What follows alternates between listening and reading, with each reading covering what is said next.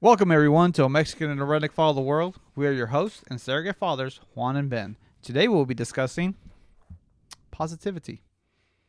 I'm positive about this episode that it's going to go really, really well. It's at least going to go 15 minutes, if At nothing least 15 else. minutes of just glory. We are positive that you will get us for 15 minutes, and we're going to be proud of it. Hopefully you Positivity, will be. Ben. This is something that we is desperately needed in the world Yeah. all the time. You've said it before to me, but I'm very positive. Mm-hmm. I always we can always get something good out of this. Let's stay positive. There's something. And I was thinking about, man, what are we going to talk about? And I was like, positivity. But how are we going to talk about it? And the idea was positivity creates opportunity. Negativity does not create. Like, that was the thought that came into my head. Positivity creates opportunity. Negativity does not create. I was like, man, just because I was trying to, how do I get these ideas out? I think that's a good approach, because when you're positive, even in the worst situations, you can find that opportunity. Mm-hmm. You know, you can say, well, I this bad thing happened to me, but I'm gonna stay positive.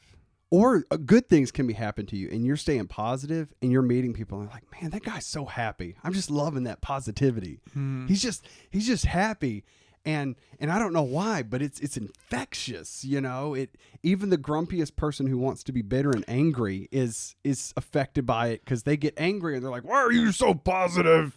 That genuine positive attitude is so contagious. And if you're in an environment where everything is being destroyed, but you're with somebody who has no clue what they're doing, but they're positive about it and they're genuinely positive about it, you're like, oh, okay, yeah, it's gonna work out. How? I have no idea, but we're gonna make it. Okay, good. Yeah, it's beautiful. And at worst, you're happy until you're dead. Yeah. Yeah.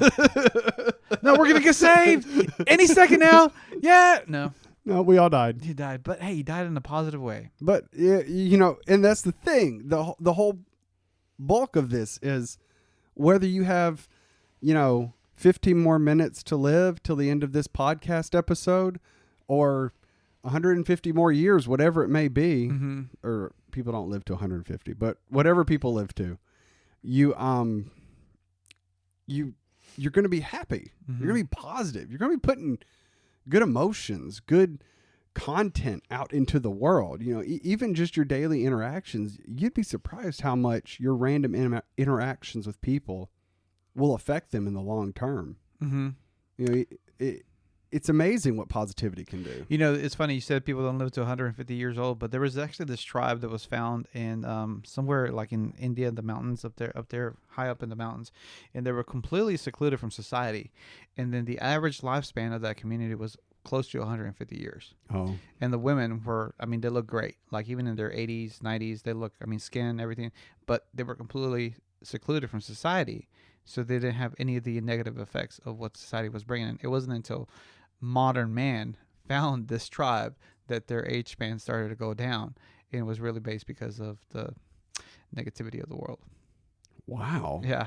Yeah. And you said they lived in the mountains? Yeah. I forget That's incredible. It was just this tribe, but it was just like, scientists came in there and they were trying to they started doing tests on them, on the women, stuff like that. Because the women that look great, like they're in their 80s, but they still look young and vibrant. But they just, they're like their environment. They knew their environment. They knew how to control it.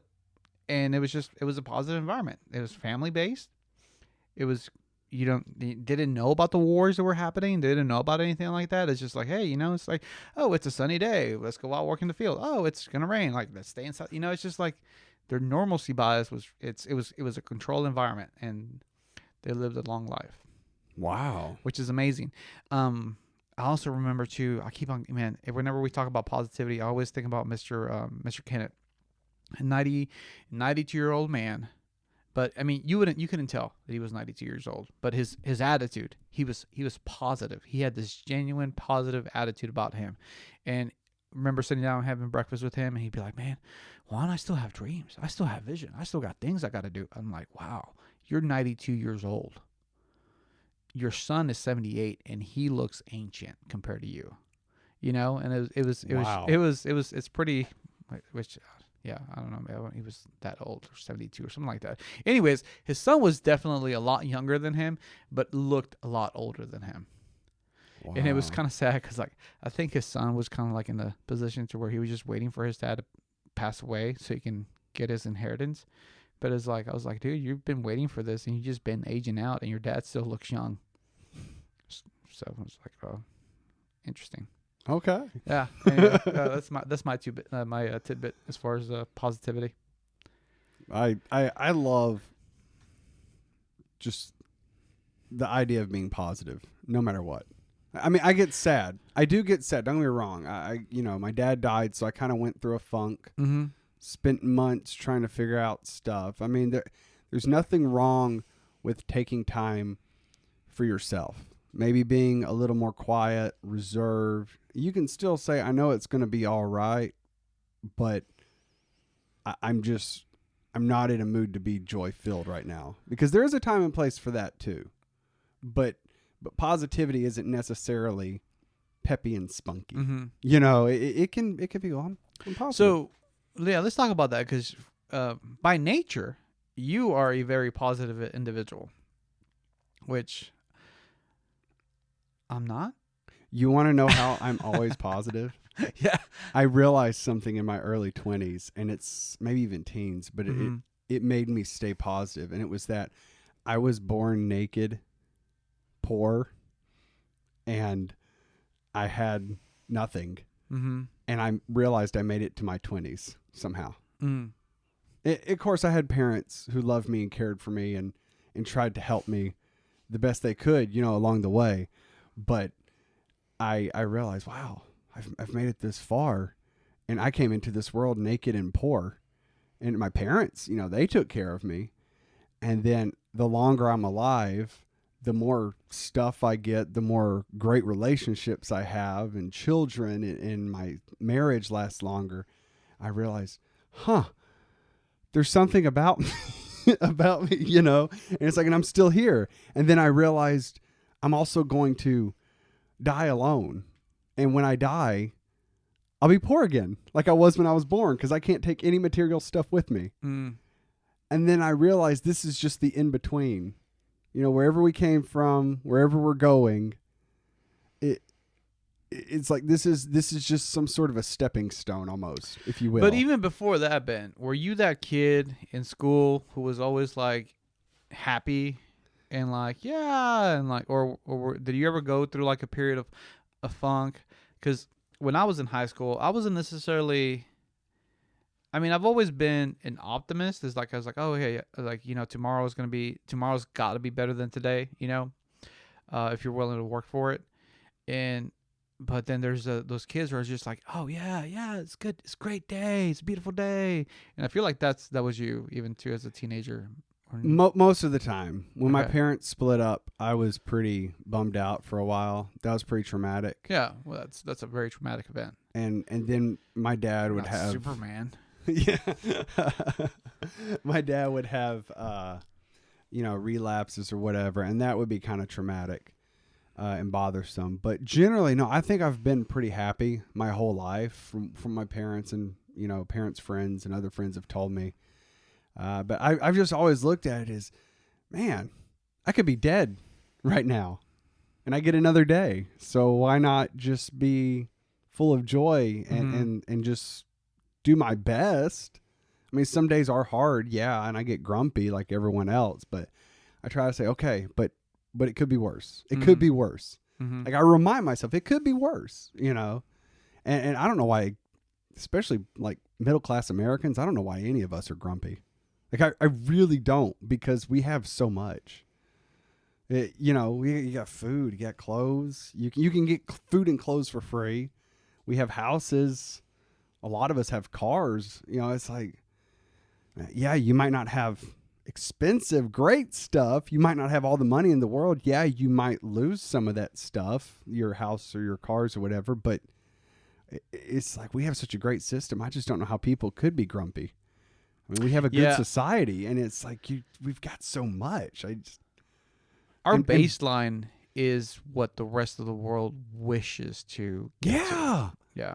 Yeah, I heard a statistic that I can't remember it now. Like if you make more than $32,000 a year, you are the top 5% or 1%. Mhm. I can't remember it exactly. Y'all can go Yeah, look we're it at up. the top 5%. If you're above the $32,000 bracket, you're above you're in the 5% bracket worldwide. Worldwide. Yeah. Yeah, and I hear a lot of people complaining about well they have this gorgeous house, and I look at people with these great big houses and great fancy collections of cars. I was like, man, I'm happy for you. You worked hard, or maybe they didn't, but you got it. Good for you, man. That's cool. And or people who are super famous, man, that's incredible. Or have huge podcasts. It's like there's a potential for jealousy, but then there's a potential for like, man, how can I be like you? What did you figure out that I haven't figured out yet? Is there something I need to accept or change or whatever? I just look at it as, I'm not going to be jealous of all your stuff and put you down. I'm just going to put some positivity out there, and maybe one day they'll see it and go, these guys, they got a good attitude. I'm going to try and help them achieve their goals. Or maybe they'll say, these guys have a good attitude. How can I have a good attitude? Mm-hmm. Because even you and me were talking, when was it? It was last week. And I told you how I didn't really have like dreams or ambitions that were traditional. It's like, I never dreamed of having the great big house and the yachts or the cars or whatever people dream of. I just always wanted a kind, loving family and enough to take care of them. And that's all I've really wanted. And just to spend time with a good family that's mine. Mm-hmm. Mm-hmm. And you're like, those are incredible dreams, but that's really the only real dreams I've had is a good marriage and good relationships with my children and the people around me. And I realized, oh, my dreams are just positive relationships. Well, and it really is an incredible dream because I always think about it too. Like when you look at TV shows, some of the really good TV shows, what do they have? They have an amazing family structure. The ones that they're epic, generational. Like you've been watching a lot of Little House on the Prairie. We love it. We're obsessed with it. If anyone from the Little House on the Prairie, like show or anything, wants to be a part of this, please contact us. Mm-hmm. We are on board. My daughter dresses up like Laura Ingalls at least 4 days out of the week. That's funny. My wife and I, we've been watching we've been getting into the TV show. I think I got into it and she just kind of, came along for it. Was a Smallville, the like little spinoff of Superman when he growing up in Smallville, the Kansas farm where he grew up in. But it's there's something about, and it's cool because it's like, a little bit of sci-fi. You got Superman kind of like growing up in his teen years, like how awkward it was to have his powers, keep a secret, stuff like that. But one of the aspects that I love about it is his relationship with his dad, his earthly dad. Because obviously Superman, he's this space alien, comes from another planet. Never his dad doesn't know him, but then here is this super powerful being. And he has this amazing relationship with this earthly man. And it's like the ultimate dad. Like, I mean, he's hardworking, he's loving, he's caring. He's the guy that he just, you can tell he's like, man, he just wants to take care of him. And it made me think, especially growing up with not necessarily having that dad that's like, oh yeah, just there for you. And it's part of that reality, like that's part of my dream as far as being that dad for my kids. And having that family structure was like, oh yeah, my kids can be in safety. It's like there's something just gravitating about that. And so when I look back at that, I mean, there's so many issues that come about a broken family. When you have a broken family structure, it leads to so much chaos and destruction. So to have that dream, if you have that dream of like, I just want to have a good family, that's an amazing dream. That's an awesome dream. That's something worth fighting for. That's something worth dying for. If it takes you an entire lifetime to get to that point, good. Work for that. I think it's worth it. And that's my goal. if it takes me an entire lifetime to get to the point to where my kids are like, you're an amazing dad, you're a great dad, you were a good father, then good. But I don't want the opposite. I don't want to get to the last day of my life like, you were a crappy dad. Oh, I'm sorry. Yeah, is there going to be crappy moments? Absolutely. There's going to be some crappy moments. Yeah, but anyways. And it's so funny when a crappy moment happens as a dad. I'll talk to my daughter. She's like, well, what about this?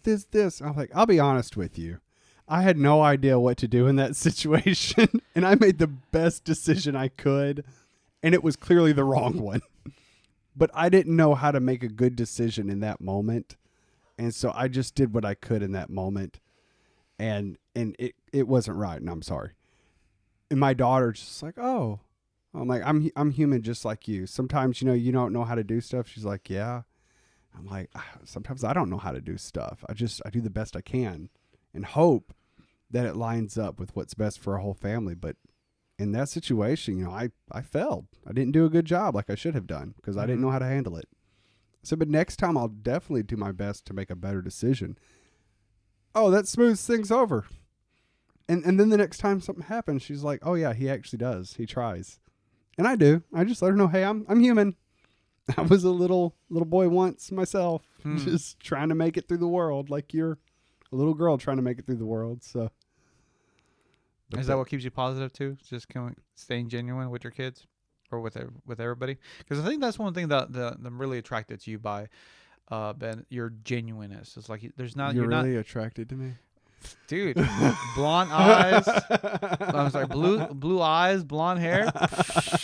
What's not to be attracted about you? Just a blonde bombshell hanging out in the shed. I'm just saying.